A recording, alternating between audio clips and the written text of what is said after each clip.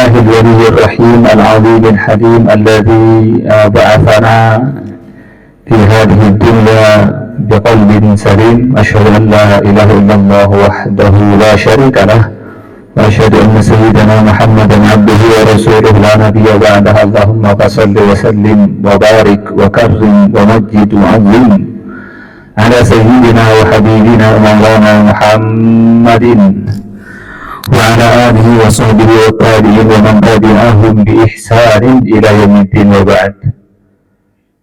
Para hadirin, bapak, ibu-ibu yang dimuliakan Allah, alhamdulillah, pertama kita panjatkan syukur kita kepada Allah, Tuhan alam semesta, Tuhan yang meninggikan langit, Tuhan yang menjadikan bumi tempat kita nyaman untuk tinggal, Tuhan yang kemudian memberikan kita amanah menjadi khalifah di atas muka bumi ini.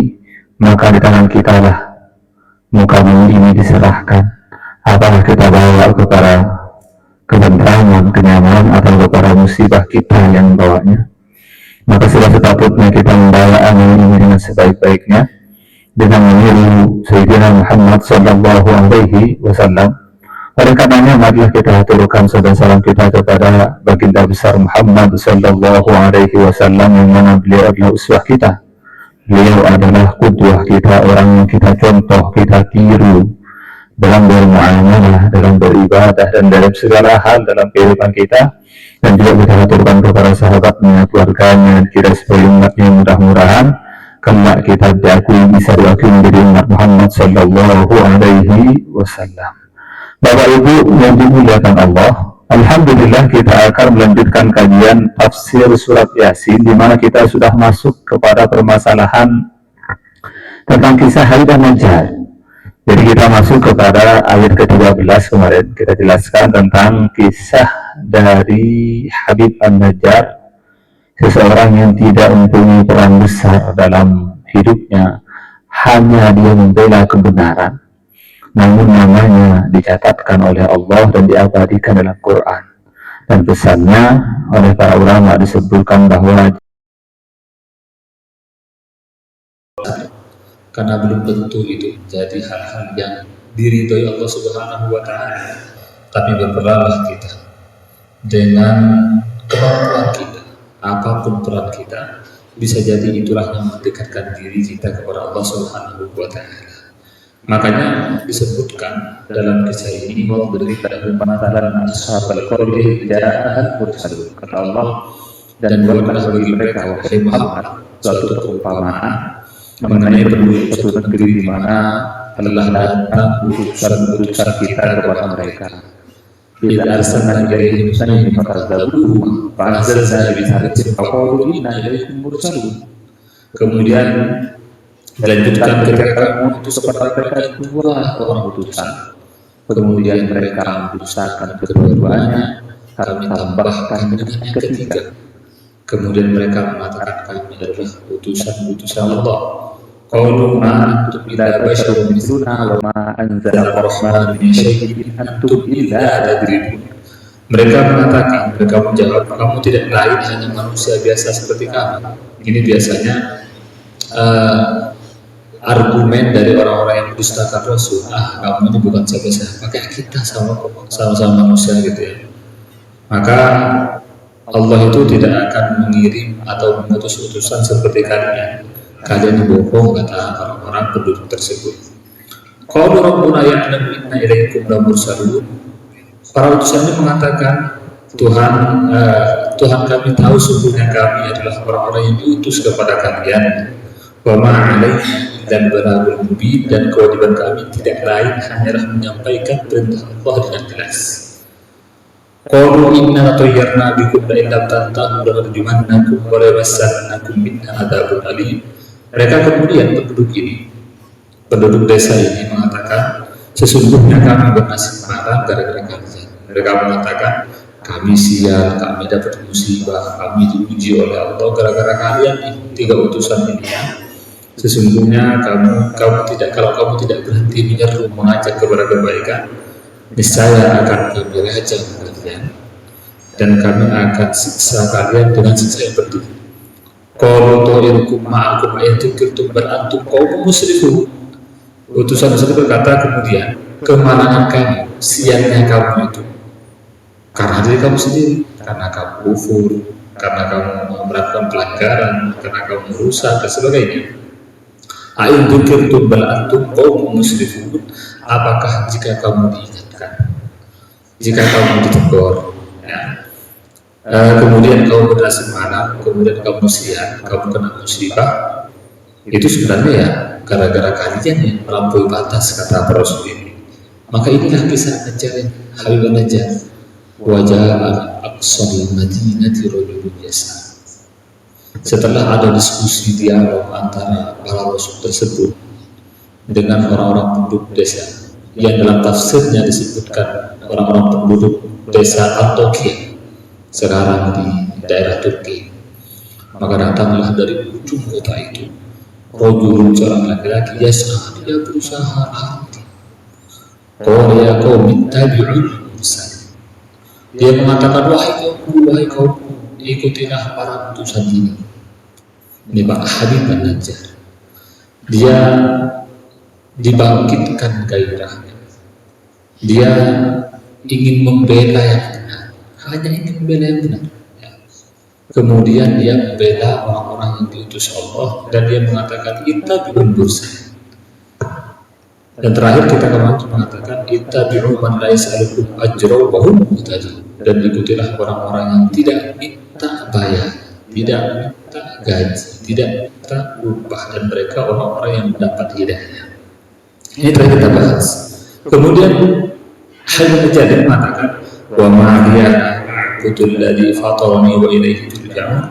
Dan ini setelah terjadi diskusi, ya, mengapa saya tidak akan menyembah Tuhan yang menciptakan saya dan kalian pun dikembalikan kepada Dia, kepada.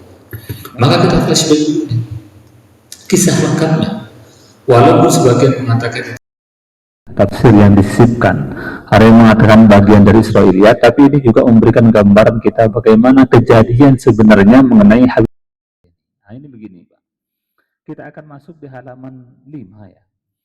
Maka ketika Allah mengatakan faqulu inna ilaikum mursalun wadrib lahum mathalan ashabal qaryah idz ja'ahal mursalun, dan ceritakan, berikanlah Muhammad contoh ketika kami utus kepada penduduk desa Antokia rasul-rasul, ya. Maka dikatakan begini, rasul ini para ulama ada yang maknai, ada yang memberikan tafsiran rasul ini bukan rasul artinya rasul beneran, tapi maksudnya dia adalah utusan dari Isa. Artinya termasuk dari sahabat Isa tersebut, ya. Jadi termasuk murid-muridnya Sayyidina Isa. Qala al-mufassirun ba'atha Isa alaihi salam rasulaini minal hawariyin ila madinati Antokia. Jadi yang diutus itu dalam tafsir ini, ya, kita baca sebagai literatur yang memperkaya pengetahuan kita. Maka yang mengutus ini sebenarnya adalah muridnya Isa, al-Hawariyun, diutus kepada kota Antokia. Falamma qaruba minal madinati ra'aya syaikhan yar'a ghanaman wa huwa Habibun Najjar. Diutuslah oleh Isa nih, berangkat dia berdua. Ketika sampai dekat dari kota Antokia, dia ketemu seorang syekh. Syekh di sini bukan ulama, ya. Syekh itu artinya orang-orang tua sebenarnya. Di atas 40 tahun disebut syekh. Tapi biasanya orang tua pasti bijaksana, ilmunya banyak. Maka sekarang kita menyebut kalau orang sudah pintar biasanya syekh itu, ya. Ketemulah syekhon, orang tua, yar'a ghanaman, dia mengembala kambing. Namanya wahuwa Habib An-Najjar. Habib An-Najjar namanya. Ada yang mengatakan dia tukang kain, ada yang mengatakan dia tukang mewarnai kainnya, dan lain sebagainya. Ini Habib An-Najjar, kalau Bapak Ibu dilihat, biasanya Shahib Yasin. Yang dimaksud Shahib Yasin, Habib An-Najjar. Jadi orang yang disebutkan dalam Yasin, ini, ya, ceritanya masyhur ini Habib An-Najjar, yang perannya tidak begitu besar menurut kita, tapi besar di sisi Allah, Habib An-Najjar. Fasallama alaihi faqala, yakni dua orang ini, utusan ini, kemudian mengucapkan salam, assalamualaikum ya syekh, itu, ya. Faqala syekh lahuma man antuma. Syekh itu mengatakan, oh siapa kalian berdua? Faqala nahnu rasula Isa alaihi salam nad'ukum min ibadatil awsan ila ibadatir rahman. Dua rasul ini mengatakan, ya Syekh, kami utusan Isa alaihi salam. Kami orang yang diutus oleh Isa. Kemudian kami mengajak untuk menyembah Allah dan meninggalkan menyembah autan, menyembah patung, menyembah berhala. Faqala Syekh, ama akuma ayatun. Faqala na'am. Syekh ini, Habib An-Najari mengatakan, kamu punya tanda-tanda enggak? Punya ayat enggak? Ini Pak, penting Pak ya.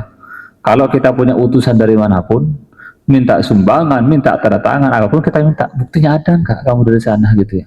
Ada orang ngaku-ngaku misalnya dari gubernur, datang kemudian minta sumbangan, minta apa gitu ya. Kita minta bukti, dari mana kamu buktinya, apa buktinya kan gitu ya. Maka Syekh juga sama. Ama aku ma ayatun, punya tanda enggak kalian? Punya ayat enggak kalian? Ya. Punya dalil enggak kalian? Faqala na'am. Ini Pak luar biasa. Faqala na'am, ya kata mereka, saya punya. Nashfil marda wa nubri'ul akmaha wal abrasa wa nuhyil mauta biiznillahi ta'ala. Kata mereka yang dua utusan ini, ya kita punya ayat, punya tanda-tanda. Apa itu? Kita bisa menyembuhkan orang sakit, kita bisa menyembuhkan orang yang bisu, orang yang kena penyakit belang, bahkan kita bisa menghidupkan orang mati dengan izin Allah. Ini sama seperti mukjizatnya Nabi Isa sebenarnya, cuma juga dibawa oleh utusannya. Faqala Syekh, nah ini Pak, Syekh ini juga benar nih. Inna li ibnan maridan mundu sanatain. Saya nguji Pak, diuji. Saya punya anak nih katanya sakit sudah 2 tahun nih gitu ya.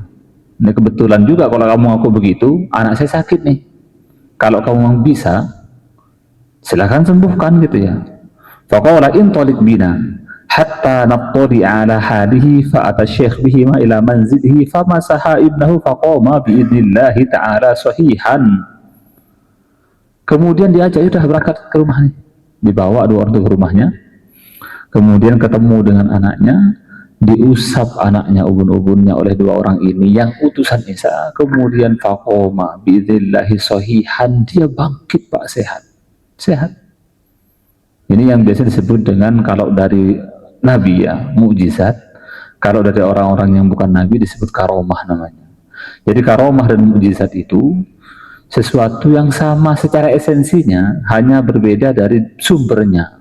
Kalau dari Nabi disebut mukjizat karena dia pembuktian sebagai Nabi. Kemudian dia melemahkan orang lain yang menentang Nabi tersebut.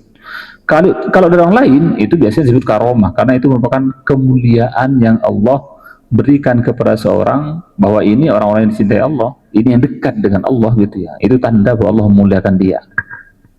Kalau mukjizat sama Pak, sama. Maka begini, sebenarnya kata Syekh Buti, mukjizat, karomah itu hal yang bukan suatu yang ini ya, biasa aja sebenarnya. Kenapa? Karena semua yang terjadi di kita ini semuanya mukjizat sebenarnya. Jadi hukum alam semesta ini mukjizat.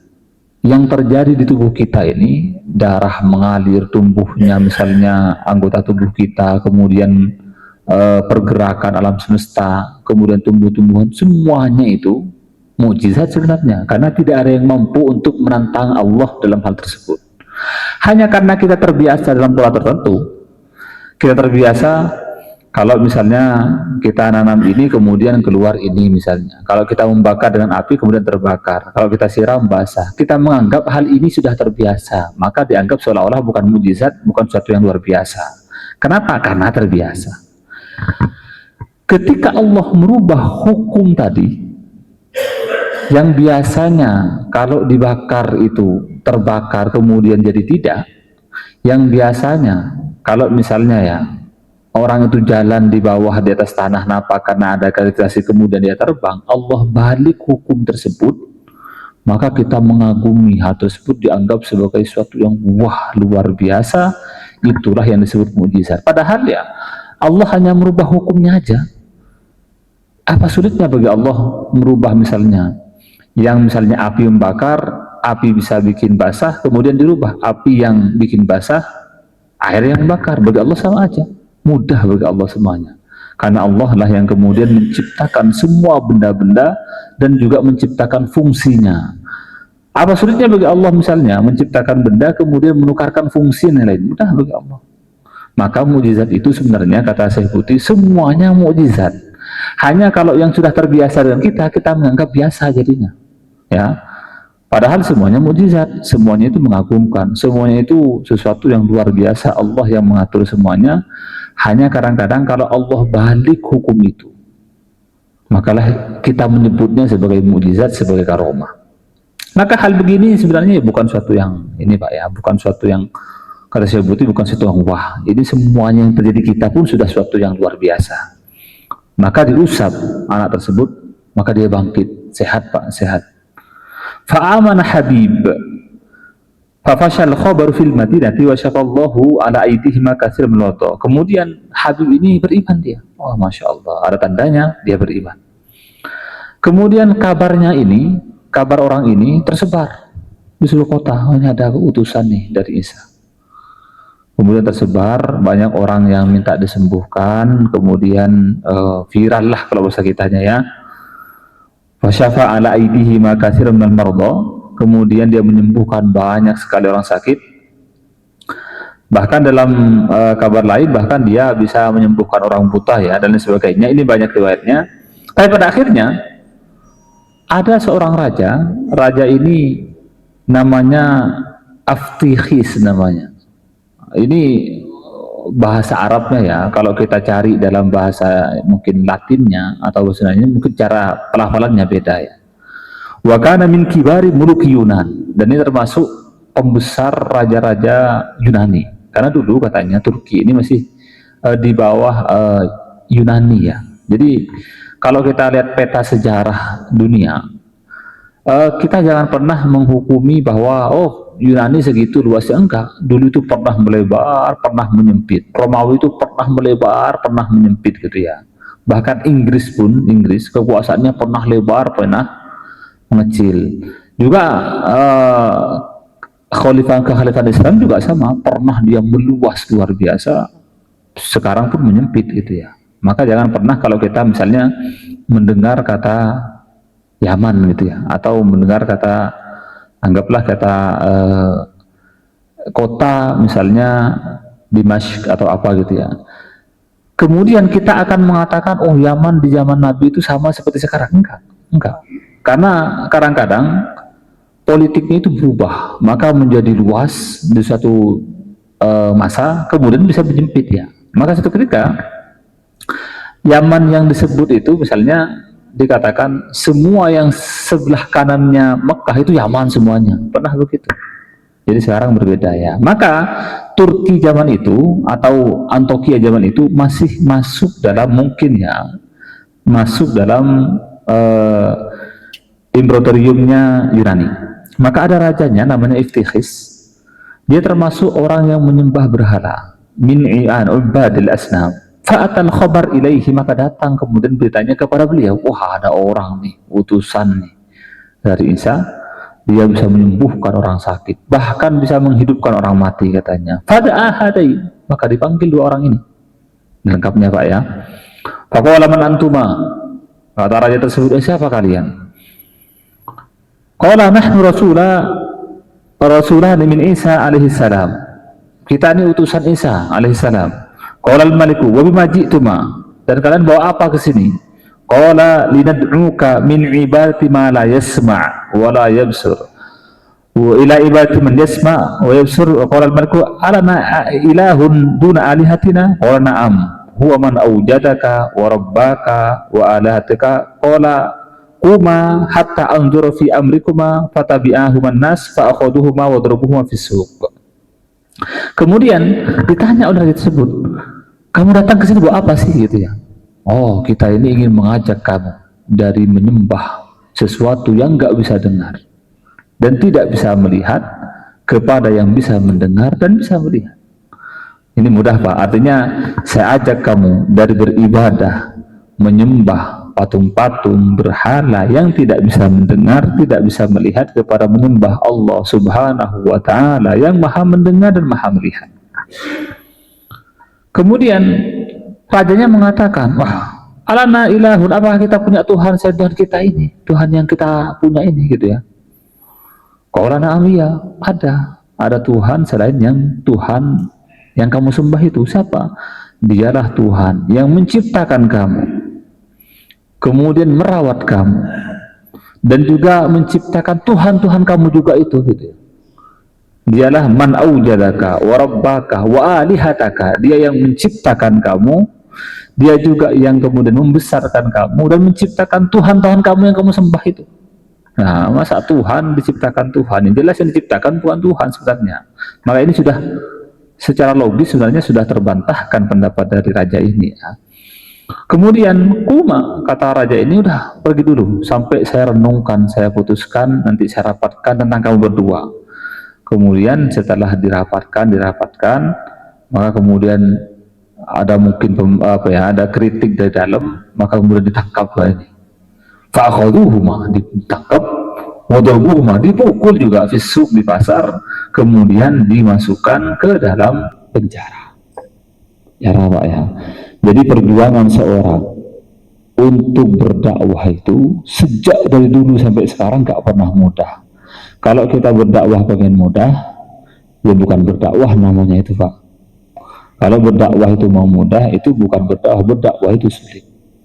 Kalau cuma datang ya ngomong-ngomong doang, ya bukan berdakwah namanya. Kalau kita ingin berdakwah, yang misalnya belum berdakwah, itu biasanya perjuangannya pasti berat, butuh pengorbanan fisik, pengorbanan finansial, pengorbanan waktu, pengorbanan segala hal. Itulah berdakwah yang sesungguhnya. Kemudian setelah dimasukkan ke ini, maka sampailah kabarnya kepada Nabi Isa, diutuslah utusan yang ketiga ini. Nah, ini sampai ceritanya nih. Maka yang diutus itu adalah roisnya, ya. Summa ba'asa Isa roisal hawariyin bahwa Syamun. Maka diutuslah ketua dari murid-muridnya, ya, pimpinan murid Isa itu namanya Syamun. Kemudian setelah diutus berangkatlah Syamun ke daerah Antioquia. Dengar kabar dia, oh ternyata teman yang dua yang berdakwah itu sudah masuk penjara. Maka Syamun izin, Pak, ya, izin pergi ke penjara, pergi ke sipirnya, kemudian dia mengatakan, saya ingin bersedekah ke orang-orang yang berada dalam nih, gitu. Lalu dikasih masuk, dikasih roti, bawa roti dia kasih kepada orang-orang yang di penjara. Ketemulah sama dua orang temannya. Setelah ketemu kalau Syamun rumah, kemudian ditanya keadaannya bagaimana. Kemudian kata Syamun, qad ajiltuma fil amr falam ta'khudal amra birrifqi faqad ashbaha amrukuma amra imra'atin lam talid fi shababiha fawaladat fi akhir umriha waladan fa'aradat an takbura an tukabbira waladaha fi zamanin qalil fa'at'amathu khubzan wal mawludu la ya'rifu kayfa ya'kul fabaki al-khubzu fi batnihi famithlikuma mithlu hadhihi. Kata Syamun ini, wah, kamu ini sudah terburu-buru kalau berdua nih. Kenapa terburu-buru? Ya, terburu-buru ketemu raja, belum apa-apa langsung diajak masuk Islam lah ceritanya gitu. Harusnya pelan-pelan lah gitu ya, pelan-pelan. Maka kamu ini seumpama seorang perempuan yang tidak melahirkan, ya, mandul sejak muda, ketika sudah tua langsung melahirkan anak. Ini perumpamaan, Pak, ya, kata Syamun. Kalian ini seperti orang perempuan, dari mudanya belum punya anak, ketika sudah tua punya anak. Karena sudah tua punya anak, pengen cepet-cepet nih anak nih, biar cepet gede, udah dikasih makan banyak-banyak, dikasih roti, jilid, akhirnya anaknya tidak bisa memakan roti tersebut. Terjadilah problem di situ, gitu ya. Maka dikatakan oleh beliau, ada jargonnya, Pak, ya. Kata beliau, ama sami'tuma annal ajalata minasyaitan wa ta'anni minar rahman. Tidakkah kalian dengar, kata Syamun, bahwa sungguhnya bersikap pelan-pelan, perlahan, itu termasuk dari Ar-Rahman, dari sifat Allah, gitu ya. Sedangkan buru-buru itu termasuk dari setan. Kenapa kamu ketemu langsung ngajak langsung ke Islam? Kenapa kamu ketemu langsung maksa untuk menerima agama Islam gitu ya? Ini kita menganggap semua agama itu Islam Pak ya, dari Nabi Adam sampai sekarang semuanya sama, hanya syariat yang berbeda. Nah kita juga sama sebenarnya. Kalau kita berdakwah, kita mengajar, gak usah berdakwah deh, ngajarin anak kita, ngajarin saudara kita, ngajarin misalnya keponakan kita. Jangan kita langsung pengen sekali diomong langsung denger gitu, enggak. Langsung kita misalnya nyuruh langsung mau, enggak. Itu butuh perjuangan. Kadang-kadang kita nyuruh sekarang, nyuruh besok. Anak itu baru ingat, baru sadar setelah 10 tahun. Oh dulu saya itu diajak sama bapak, sama kakak, sama paman untuk ke masjid. Baru kerasa dia, oh saya akan rajin ke masjid. Kenapa? Dulu saya disuruh bapak gitu. Jadi jangan kita baru nyuruh 2-3 kali langsung kecewa. Wah ini anak ini nggak ada gunanya hidup dia. Kenapa? Saya ajak ke masjid gak mau dia gitu ya. Baru ngajak sehari 2 hari. Wah nyesel saya ngasih makan dia. Diajak gini gak mau, nggak, jangan gitu. Kenapa? Tadi itu al-ajalatu minasyaiton, terburu-buru termasuk dari setan. Sedangkan at-ta'andi perlahan-lahan, mengajak perlahan-lahan, tidak putus asa, kita doakan termasuk dari sifat Allah gitu ya. Termasuk bagian Ar-Rahman. Maka disalahkan sama Syam'un, kamu deketin dulu. Karena yang diajak itu bukan orang kecil, ini rajanya yang diajak. Maka deketin dulu perlahan-lahan, perkenalkan, kemudian setelah dia kenal baru diajak masuk Islam. Nah, ini yang dimaksudkan oleh Syam'un. Nah kemudian summa qad Syam'un masjidin faja'ala yu'ashiru hasyiatal malik. Syam'un keluar dari penjara.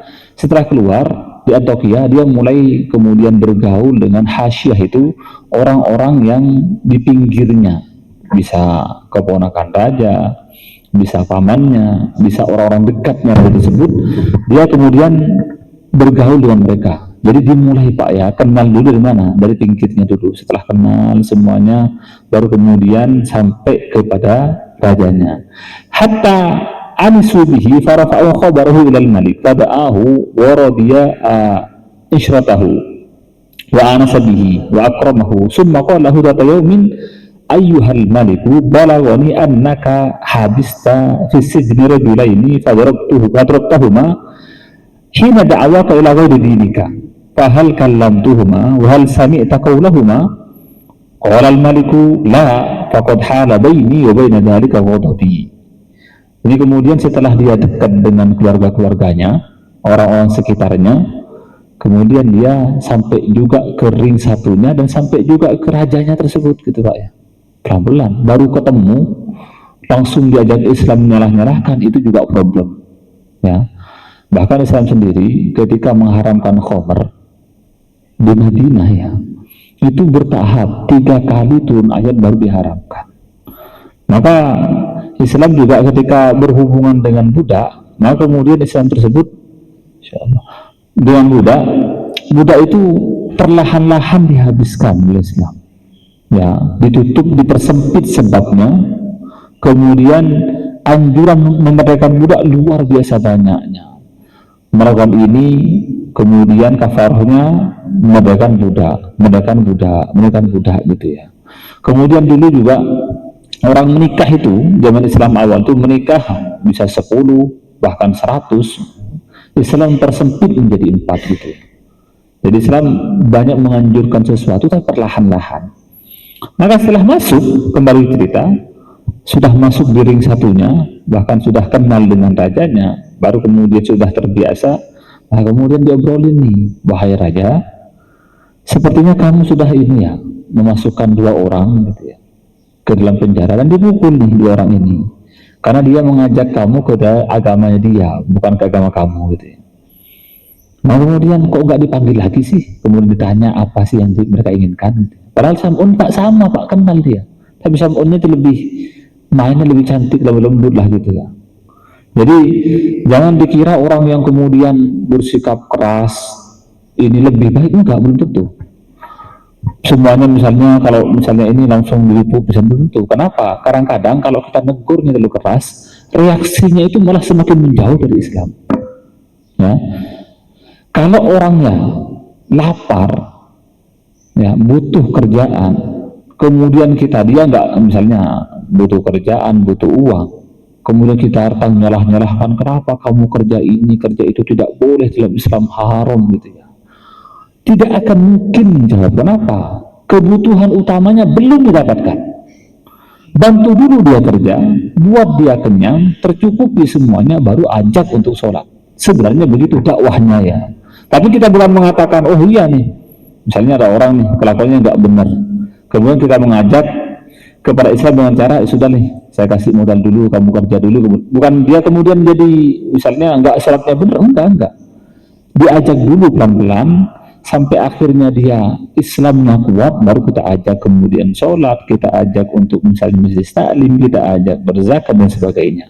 Itu cara menanamkan Islam dengan sebaik-baiknya. Ada cara begitu.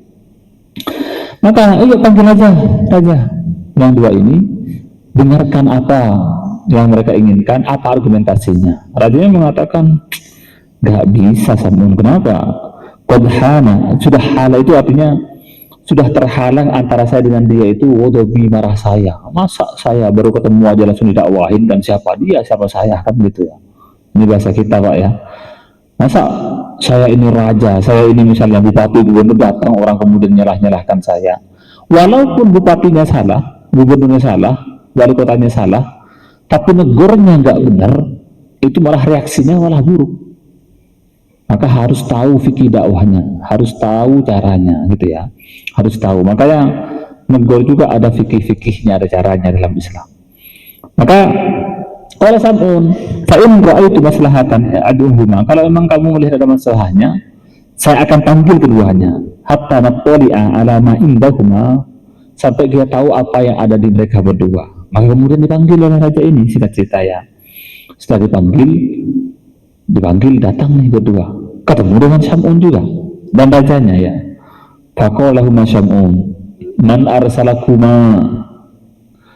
Kemudian Sam'unnya pura-pura nanya, siapa yang mengutus kalian? Mereka mengatakan, Allahul ladzi khalaqa kulla syai'in wa laysa lahu syarikun.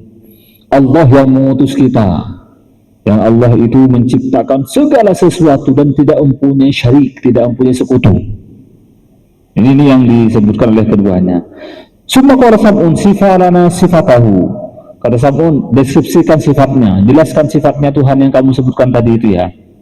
Faqala innahu yaf'alu ma yasha wa yahkum ma yurid. Sesungguhnya Allah itu, Tuhan tadi itu, melakukan apa yang dia mau dan dia memutuskan apa yang dia inginkan. Summa qala Sam'un wa ma ayatukum, dan apa tanda-tanda kalian? Sam'un yang mengatakan, sekarang buktinya kamu apa? Qala ma yatamannahul maliku, apa yang diinginkan raja ini, apapun yang dia minta, apapun yang dia harapkan, insya Allah terkabul kalau dia kalau Allah mengizinkan. Fa'amara al-maliku hatta ja'u bi ghulamin matmusil ain. Sampai kemudian rajanya udah ditantang rajanya. Apa tanda-tanda kamu? Tanda-tanda bukti kamu benar. Bagi kamu apa? Ayat kamu apa? Kata orang dua ini, apapun yang diinginkan raja, insya Allah akan dikabulkan. Nah kemudian rajanya bawa anak ini membawa matanya itu Pak ya, itu tomisa itu artinya halus, kulit semuanya, tidak ada bentuknya, bukan ada mata kemudian buta, enggak ya. Matmus itu artinya sudah enggak ada bendanya sama sekali. Matmusul ain, ainain wa mawdi' ainaihi kal jabha, dan posisi matanya itu sama seperti dahi, lurus. Sudah ini, kalau orang buta kan ada matanya, ada bola matanya, hanya tidak berfungsi. Ini enggak, ini matanya seperti dahi, lurus total, tidak ada matanya. Ini benar-benar tantangan luar biasa Pak ya. Ini mukjizat, ini harusnya keluarnya mukjizat atau karomah. Nah kemudian fama zala yad'uani rabbahuma hatta insyaqqa mawdi' al-basar. Mereka berdua masih terus berdoa kepada Allah sampai di sini terbuka seperti mata, pecah seperti mata. Fa'akhadha bundukiyataini matin, kemudian mereka berdua mengambil dari tanah liat ya. Jadi segumpal tanah liat, jadi kayak batu begini ya. Kemudian fawada'ahuma fi hadiqataihi fasara muqlatain. dan dimasukkan ke matanya, kemudian berubah menjadi mata, menjadi retina. Ini luar biasa ini. Yubsiru bihima, yang dia tersebut melihat dengan keduanya, kemudian fata'ajjabal maliku, maka rajanya kemudian menjadi ta'ajjub, kaget dia, heran dia. Faqala Syam'un lil Malik, in sa'alta man alihatuka hal tasma' syar'an misla hadha fayaqul laka syaraf wa li alihatika. Kemudian dia Syam'un mengatakan, mancing Pak, Syam'un ini pura-pura enggak ini ya, dia pura-pura enggak kenal. Kemudian kata Syam'un, wahai raja, kalau kamu minta ke Tuhan kamu melakukan yang sama nih, maka kamu akan mendapatkan kemuliaan luar biasa, juga Tuhan kamu juga sama. Ditantang balik Pak. Kalau kamu nantang tadi orang ini untuk membuat karomah kayak gini, sekarang cobalah kamu minta ke Tuhan kamu agar melakukan hal yang sama. Wah ini udah nih selesai nih gitu ya. Maka qala al-Malik Syam'un, laisa li anka sirrun maktum, inna harahan la na'budu la yasma' wa la yusir la yanfa'. Dan kata dia, wahai Syam'un, saya tidak punya rahasia apa-apa, ya Tuhan saya ini ya enggak dengar, yang nggak bisa melihat dan tidak ngasih manfaat, itu nggak ada gitu. Nah juga yang buat dia sendiri Pak, dia buat, dia naruh, dia nyembah gitu Pak, maka dia selesailah kemudian. Nah ini yang dimaksudkan. Tapi dalam riwayat yang lain disebutkan rajanya itu kemudian beriman, ada yang mengatakan tidak, tapi orang raja beriman, pinggir-pinggirnya nggak beriman.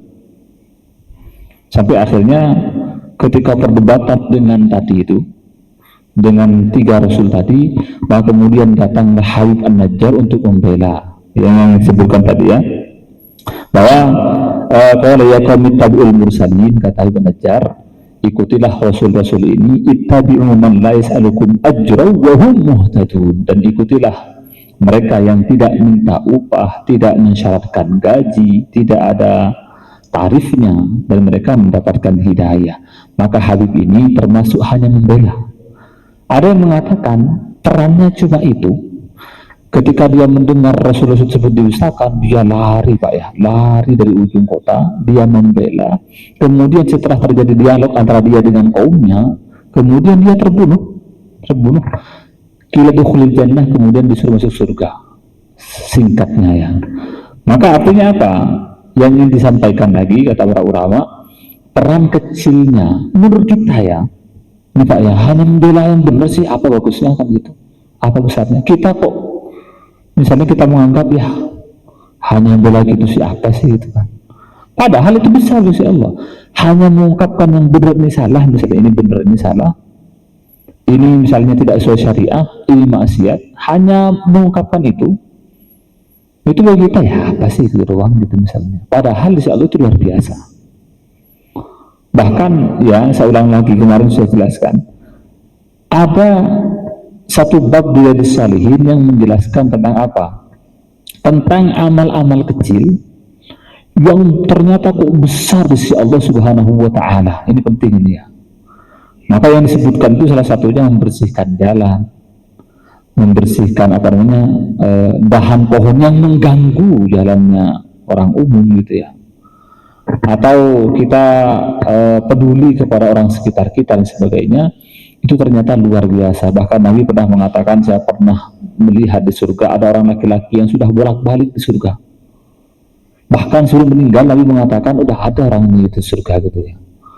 Kemudian ditanya, apa yang dilakukan? Enggak ada apa-apa, membersihkan aja, membersihkan jalan gitu ya.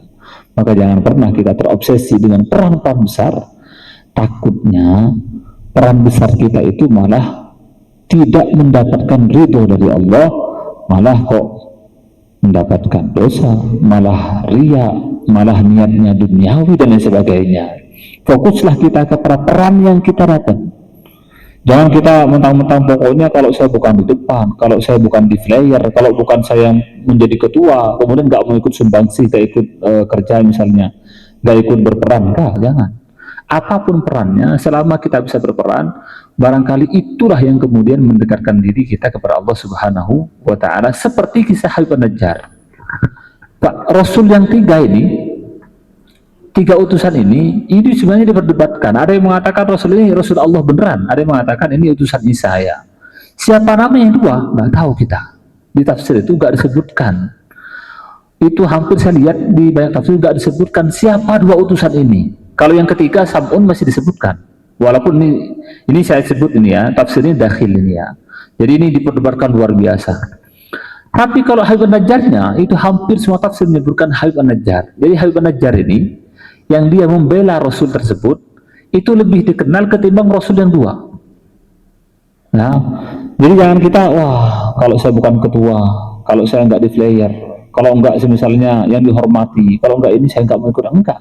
Barangkali di sisi Allah kita yang perannya kecil jauh lebih besar pahalanya, lebih tinggi derajatnya, lebih dekat kepada Allah. Maka ada satu kaidah luar biasa, ini terakhir ya.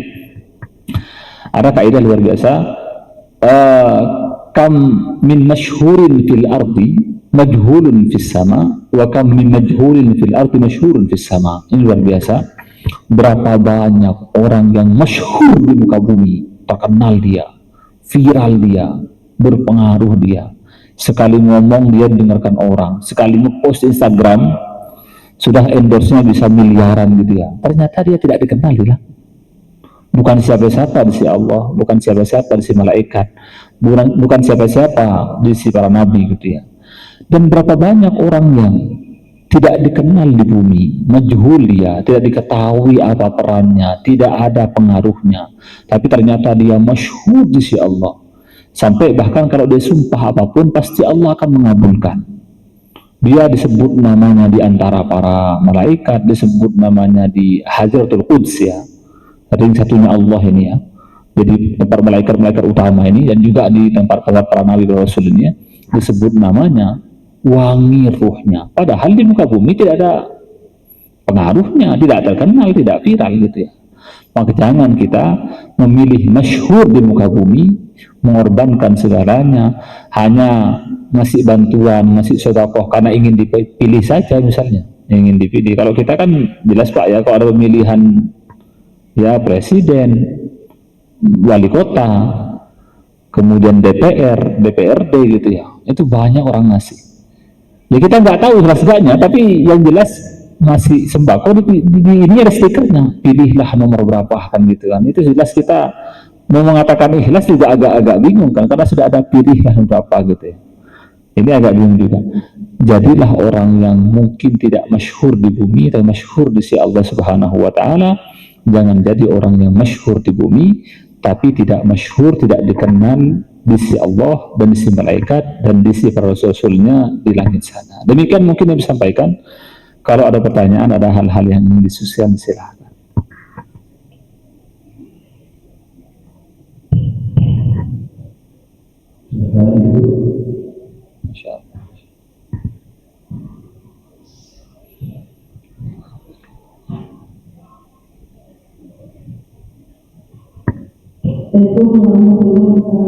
Waalaikumsalam warahmatullahi wabarakatuh.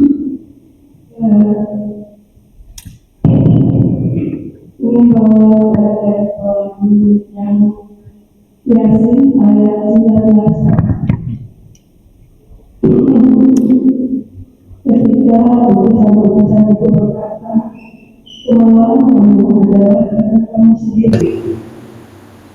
Apakah karena kamu diberi peringatan, sebenarnya kamu adalah kaum yang melampaui batas? Dan saya mohon dijelaskan dengan kejadian yang ada sekarang bencana alam. Apakah itu mungkin ayat-ayat lain banyak juga yang menyebut tentang bencana yang ditimpakan kepada umat sebelumnya. Nah, ada beberapa ayat yang menjelaskan bahwa kemalangan tidak disebabkan oleh peringatan dari Rasul atau ketimpakan Allah, tetapi adalah akibat kesialan kamu, kesialan atau perbuatan-perbuatan manusia itu sendiri, Ustaz. Nah, bagaimana dengan kemalangan yang ditimpakan pada kita saat ini? Sebetulnya tidak semua kemalangan itu atau bencana itu disebabkan oleh perbuatan umat atau masyarakat yang ada di sekitar situ. Tapi mungkin ada kesalahan tambang atau penambangan hutan dan lain sebagainya. Dan semua dijelaskan kondisi ini. Jadi bisa jadi akibat itu diterima oleh orang yang tidak bersalah apa sekali. Nah itu bagaimana Masya Allah. penjelasannya.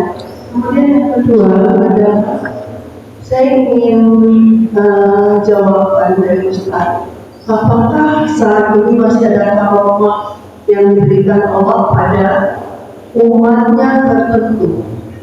Mungkin saja bukan Ustaz atau orang-orang yang ahli, tapi mereka bisakah itu dijadikan yang bisa menyambungkan dengan cara mungkin ilmu dari Allah atau dari mana atau disebut dukun, apakah itu bisa disebut sebagai karomah? Terima kasih. Ya. Oke, kita jawab dulu yang pertama dan yang kedua ini. Ya, pertanyaan pertama ini ya, dan kedua, kemudian kita lanjut kepada yang lain.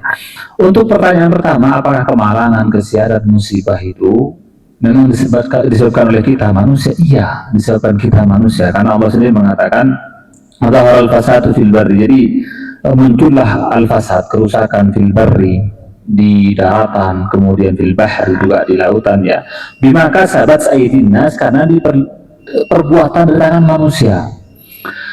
Ulama menafsirkan perbuatan tangan manusia itu bukan perbuatan tangan semua manusia, bisa jadi perbuatan sebagian manusia karena serakah, maka terjadilah kerusakan yang dampaknya kepada semuanya. Kalau dikatakan, kalau kita tidak serakah Bapak Ibu ya, tidak serakah menebang pohon, tidak serakah kita menggunduli hutan, itu tidak terjadi begitu.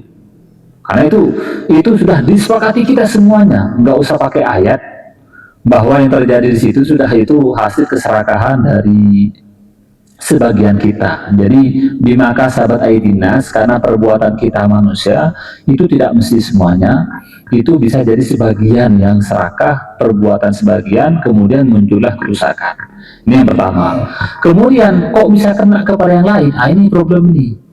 Ada ayat lain mengatakan, wattaqu fitnatan la tusibanna alladziina zalamu minkum khassah. Takutlah kalian kepada fitnah, kepada ujian, kepada bala yang tidak mengenai orang yang zalim saja, tapi mengenai semuanya. Oleh karenanya, kadang-kadang ada orang berbuat serakah zalim karena yang lain tidak peduli, tidak negur, tidak mengontrol, maka kemudian apa? Turunlah ujian dari Allah yang menimpa semuanya. Ini problemnya ya. Iya, kerusakannya karena sebagian. Yang lain ikut kena dong lah. Yang lain juga ada kewajiban untuk menegur orang yang serakah tadi. Problemnya, yang serakah-serakah, yang di pinggirnya tidak peduli, sehingga terjadilah yang terjadi. Ini problem. Maka takutlah kalian kepada ujian yang tidak hanya menimpa orang zalim saja, tapi bisa menimpa semua di sekitarnya. Oleh karenanya dalam Islam ada konsep disebut dengan amar ma'ruf nahi mungkar, memerintah yang baik, mencegah yang mungkar. Maka Nabi kemudian memberikan perumpamaan dalam sebuah hadis. Ada perahu misalnya, perahunya ada 2 tingkat, 3 tingkat ya. Jadi perahu yang gede kan ada 2 tingkat, atas bawah gitu ya. Kemudian yang bawah ini kata Nabi, ada hadis kan dalam hadis sahih yang atau hasan gitu ya. Yang bawah ini kalau dia pengen minum harus naik ke atas, kemudian dia harus menimba ke bawah ke sungainya, kemudian diambil untuk minum juga ke bawah. Lama-lama ada 2 tingkat ya, 3 tingkat misalnya. Yang paling bawah, tingkat bawah di bawah ini kalau mau minum harus naik dulu ke atas, menimba ke bawah, diambil air kemudian ke bawah. Lama-lama yang bawah, capek nih, saya bolak-balik ke atas, harus nimba air, kemudian ditimba naik ke atas, kemudian terus ke bawah lagi. Gimana kalau saya perahunya lubangin aja biar mudah ngambil airnya gitu. Dengannya, saya lubangin aja nih biar mudah. Yang atas mah enak tinggal nimba, yang bawah kan harus naik ke atas. Nah, saya lubangin gitu ya. Kalau perbuatan ini tidak dicegah oleh yang di atas, kenapa? Kalau dibiarkan dilubangin, bukan dapat air Pak, jadinya karam kan, jadinya udah jatuh semuanya. Maka harus ada amar ma'ruf nahi mungkar. Kita yakin yang boleh mungkin sebagian, yang serakah sebagian. Cuma yang lain itu kenapa kok tidak negur kan gitu ya. Yang negur ya sebenarnya bukan orang-orang yang apa namanya itu ya, yang kecil-kecil. Cuma yang lain-lain yang gede-gede juga nggak negur. Takutnya mereka kebagian juga soalnya gitu ya. Nah yang people powernya juga harus menggerakkan juga sebenarnya. Jadi sebenarnya yang mereka ini kemudian menggerakkan yang lain yang DPR-nya atau apanya, kemudian itu menggerakkan yang lain sampai bisa sampai kepada orang yang dolim tersebut. Kita yakini orang yang membabat liar luar biasa itu ya anggaplah itu sudah, karena katanya ya Allah alam ya masih jadi rumor yang luar biasa itu banyak yang ilegal, banyak semuanya gitu ya. Maka perbuatan sebagian manusia serakah. Cuma yang lain juga perannya ikut apa? Ikut andil karena tidak tidak melarang, tidak menegur, tidak mencegah. Itu yang harus diyakini. Maka semua musibah seandainya kita hidupnya sesuai dengan konsep Allah SWT ya tidak serakah semuanya, insya Allah aman. Pertanyaan yang kedua, apakah karomah ada? Karomah ada. Tapi jangan dibayangkan karomah itu bisa terbang, enggak gitu ya. Jadi kalau kita baca karomah Nabi dan mukjizat itu tidak terjadi setiap hari, enggak gitu ya. Kalau kita ada karomah begini misalnya, kemudian mana kok saya lihat pinggir-pinggir gak ada karomah, enggak begitu. Karomah itu bisa terjadi dari satu orang, bisa jadi dalam berapa puluh tahun satu kali terjadi gitu ya. Kalau yang karomahnya dimaksud karomah yang luar biasa. Tapi ingat, karomah lain yang lebih luar biasa adalah orang yang konsisten dalam suatu kebaikan itu melampaui karomah yang kayak gitu. Misalnya ada orang subuhnya nggak putus selama 40 tahun, misalnya selama 30 tahun, ini puluhan tahun jamaah subuh nggak pernah putus, ke masjid nggak pernah putus. Itu jauh lebih hebat ketimbang karomah. Maka al-istiqomah khairum min alfi karomah. Istiqomah itu jauh lebih baik ketimbang 1000 keramat kayak gitu. Kalau hanya pengen terbang, ya kita tinggal pesen pesawat aja sekarang mah, nggak usah itu. Kalau kita pengen bisa jalan di atas air, banyak kapal kan gitu ya. Kalau kita bisa pengen telepati, ada telepon sekarang kok gitu. Yang dibutuhkan bukan karomah sekarang, butuh istiqomahnya. Karena katanya ke belakang ini ilmu Allah itu akan dibuka. Jadi ilmu untuk alam semesta ini dibuka. Jadi tidak butuh lagi pembuktian tentang kebenaran, tidak butuh kita misalnya karomah bisa mengeluarkan apa gitu ya. Pembuktiannya adalah seberapa besar kita misalnya peduli pada orang lain, kita membantu, kita istiqomah, kita tawadu, kita itulah cara terbaik untuk menunjukkan kebenaran Islam. Karomah sampai kapanpun tetap ada. Tapi karomah apa yang Allah turunkan, ya itu bergantung dari Allah, bergantung kedekatan orang tersebut kepada Allah. Mungkin demikian ya, mungkin ada yang lain atau Assalamualaikum warahmatullahi wabarakatuh. Waalaikumsalam warahmatullahi wabarakatuh. Ustaz, saya mau bertanya, Ustaz. Saya punya kucing 15 ekor. Nah, saya susah menjaga kucing itu. Ya, menguburkannya, memberi makan, memberi anak, main mau dan main mau saya nggak ada. Tapi orang selalu membuang kucing ke rumah saya. Ya, nah, tapi saya tidak mau membuangnya lagi. Karena itu dosa, dan dosa tidak mau membunuhnya. Saya berdoa kepada Allah ya, Ustaz. Ya Allah, hilangkanlah kucing-kucing itu dari caramu. Ya, entah kau miratkan saya atas angin, atau kau gerakan, atau kau gerakan mobil-mobil atau motor yang setiap jam 2 malam selalu melintas di depan rumah saya. Kucing-kucing saya selalu tidur di jalan di depan rumah saya, jangan menjelang air. Itu menuju ke pemakaman ini, pemakaman Marasuta. Yang saya tanyakan, saya kepingin mereka itu melintas kucing saya menguburkannya di Barakuda. Apakah pertanyaannya, apakah doa saya itu doa yang berdosa, Ustaz? Jangan mengakibatkan makhluk itu mati gitu. Iya. Yang bisa dipahami, begini. Sebenarnya Allah sudah menjamin rezeki setiap makhluk yang Allah ciptakan. Dan ini sudah Allah bersumpah bahkan ya, bahwa semua makhluk yang Allah ciptakan di muka bumi ini, itu Allah yang menjamin rezekinya, termasuk hewan-hewan itu. Maka kalau kita ingin memelihara apapun, maka kita punya kewajiban untuk memberikan makan. Kalau kita tidak ingin melihara, lepas saja, itu akan makan sendiri. Kalau mati pun ya mati sendiri, kita kuburkan. Maka kalau kita sudah misalnya tidak mampu untuk ngasih makan, tidak mampu untuk ini, ya sudah, kita lepaskan untuk nyari makan sendiri, maka kita sudah tidak punya tanggung jawab apa-apa.